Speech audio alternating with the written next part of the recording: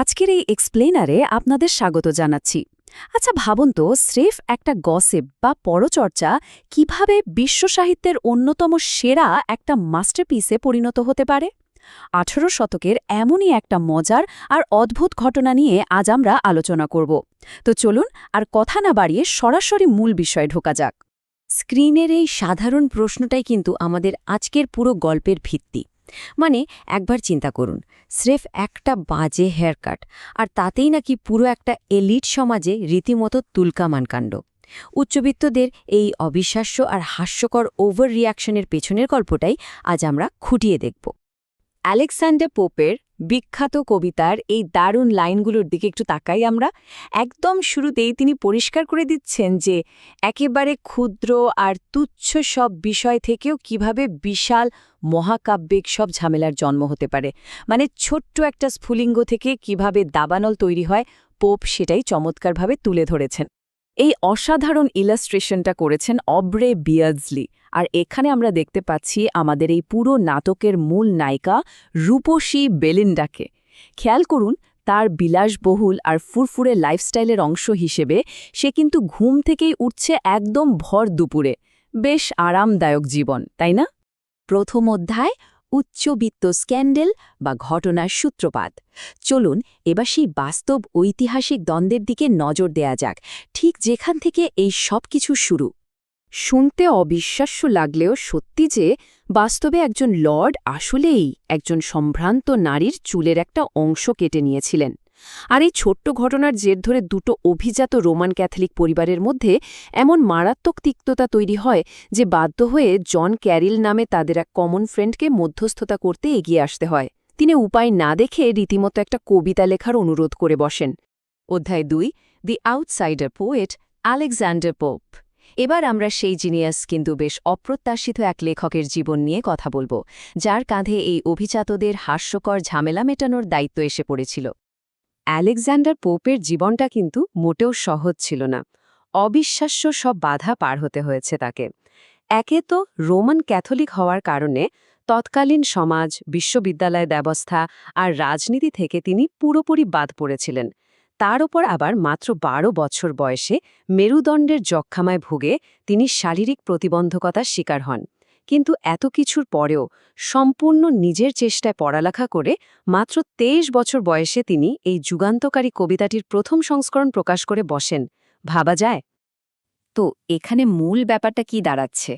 পোপের কাছে মিশনটা ছিল একদম পরিষ্কার। এমন একটা হালকা মেজাজের কবিতা লিখতে হবে যেটা পড়ে এই তুচ্ছ ঘটনাটার হাস্যকর দিকটা সবাই বুঝতে পারে, আর ওই রাগান্বিত পরিবার দুটো যেন হাসতে হাসতে নিজেদের মধ্যে আপোষ করে ফেলে। অধ্যায় 3, মক এপেক ফরম্যাট বা হাস্যরসাত্মক মহাকাব্য। চলুন এবার একটু দেখি কিভাবে তিনি আসলে এই কমেডি আর সাহিত্যের জাদুকরী মিশেলটা তৈরি করেছিলেন। মকঅ্যাপিক ব্যাপারটা আসলে কি? পোপ খুব চালাকির সাথে এই ব্যঙ্গাত্মক মহাকাব্যিক স্টাইলটা ব্যবহার করেছিলেন।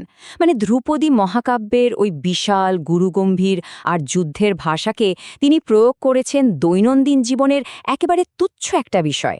এভাবেই একটা সাধারণ চুল কাটার ঘটনাকে তিনি রীতিমতো দ্য এলিয়াডের মতো মহাকাব্যের বিশাল আর রক্তক্ষয়ী মাত্রায় তুলে নিয়ে যান।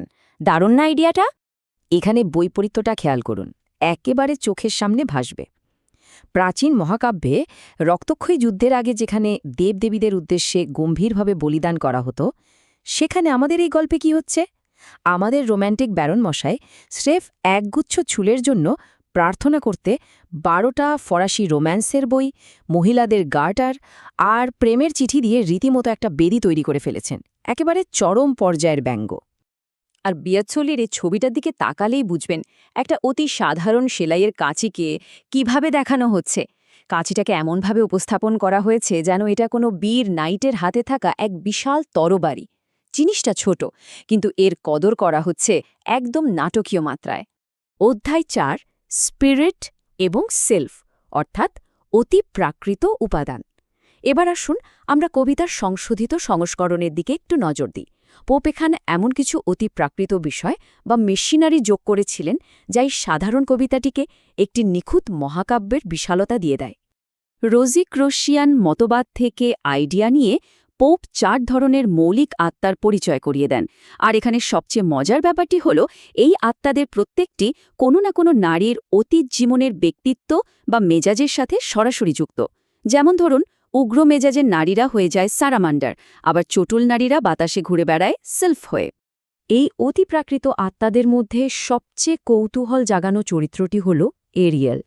এই ইলাস্ট্রেশনে আমরা দেখতে পাচ্ছি সেই সিলফটিকে। জানেন তার ডিউটি কি? তার একমাত্র আর সবচেয়ে গুরুত্বপূর্ণ কাজ হল বেলিন্ডার সতীত্ব আর অবশ্যই তার সেই বিখ্যাত চুলের গুচ্ছকে যে কোনো মূল্যে পাহারা দেওয়া। পোপের বর্ণনার মজাটা দেখুন। তিনি বলছেন যে পুরো 50 জন অদৃশ্য সিলফকে নাকি ডিউটি দেওয়া হয়েছে শত্রুর হাত থেকে বেলিন্ডার পেটিকোটকে সুরক্ষিত রাখার জন্য। মানে বেলিন্ডার একটা সাধারণ অন্তর্বাসকে গ্রিক পুরাণের সেই অ্যাকিলিসের কিংবদন্তি ঢালের মতো মর্যাদা দেওয়া হয়েছে এখানে। ভাবা যায় কতটা বাড়িয়ে বলা হয়েছে ব্যাপারটা। অধ্যায় 5 মহাকাব্যিক যুদ্ধ বা তাসের টেবিলের লড়াই। গল্পের একদম ক্লাইম্যাক্সে চলে এসছি আমরা। দৃশ্যপট এখন হ্যাম্পটন কোর্ট প্যালেস। আর এখানেই অভিজাত সমাজের অবসর কাটানোর সাধারণ কিছু কার্যকলাপ অবিশ্বাস্য রকমের এক নাটকীয় রূপ ধারণ করতে যাচ্ছে। এখানে পোপের জিউগমার অসাধারণ ব্যবহারটা একটু খেয়াল করবেন। একই বাক্যে তিনি গুরুগম্ভীর রাজনৈতিক বিষয়ের সাথে চা খাওয়ার মতো সাধারণ একটা বিষয়কে জুড়ে দিয়েছেন। মানে রাজপ্রাসাদের ওই গুরুত্বপূর্ণ রাষ্ট্রীয় আলোচনা আর বন্ধুদের সাথে বসে চায়ে চুমুক দেওয়া দুটোকেই তিনি একদম একই পাল্লায় মেপেছেন। কি দুর্দান্ত একটা স্যাটায়ার, তাই না? আর তারপরেই শুরু হয় অমব্রে নামে 3 জনের একটা সাধারণ তাসের খেলা। কিন্তু পোপ এটাকে বর্ণনা করছেন এমনভাবে যেন রীতিমতো একটা ভয়ঙ্কর যুদ্ধক্ষেত্র। তাসের টেবিলের মখমলের সমতলটা হয়ে গেছে যেন যুদ্ধের ময়দান, আর তাসগুলো সব সাহসী সৈন্যের মতো একে অপরের সাথে লড়াই চালিয়ে যাচ্ছে। এবার সেই বহু কাঙ্ক্ষিত মুহূর্ত। গল্পের উত্তেজনা বাড়াতে পোপ এখানে ব্যবহার করেছেন ক্লাসিক রুল অফ 3। কফির ধোঁয়া দেখে ব্যারেনের মাথায় বুদ্ধি চাপে। ক্লারিসার দেওয়া সেই সেলাইয়ের কাঁচি নিয়ে ব্যারেন 3বার তীব্র চেষ্টা চালায় চুলটা কাটার জন্য। আর এই মহাযুদ্ধে বাধা দিতে গিয়ে একজন সাহসী সিলফ বেচারা কাঁচির আঘাতে আক্ষরিক অর্থেই 2 টুকরো হয়ে যায়। অবশেষে কাজ শেষ, চুলের লক কাটা পড়ল। আর চুল কাটা যাওয়ার পর বেলিন্ডার সে পৃথিবী কাঁপানো আর্তনাদ। পোপ সেটাকে অত্যন্ত ব্যঙ্গ করে তুলনা করেছেন কোনো বিধবার স্বামী হারানোর শোকের সাথে, অথবা বলা যায় নিছক একটা পোষা কুকুর হারানোর শোকের সাথে।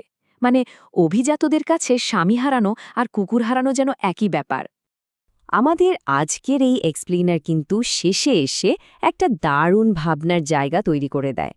একটু ভেবে দেখুন তো, 1800 শতকের একজন কবি যদি নিছক একটা চুল কাটার ঘটনাকে এমন কিংবদন্তি মাস্টারপিসে পরিণত করতে পারেন, তবে আজকের দিনের এইসব তুচ্ছ সোশ্যাল মিডিয়া গসিপ বা সেলিব্রিটি স্ক্যান্ডেলগুলোকে নিয়ে লিখলে কেমন হতো? আমাদের চারপাশের কোনো তুচ্ছ নাটকীয়তা আজ এমন কোনো মহাকাব্যের অপেক্ষায় বসে আছে। সত্যি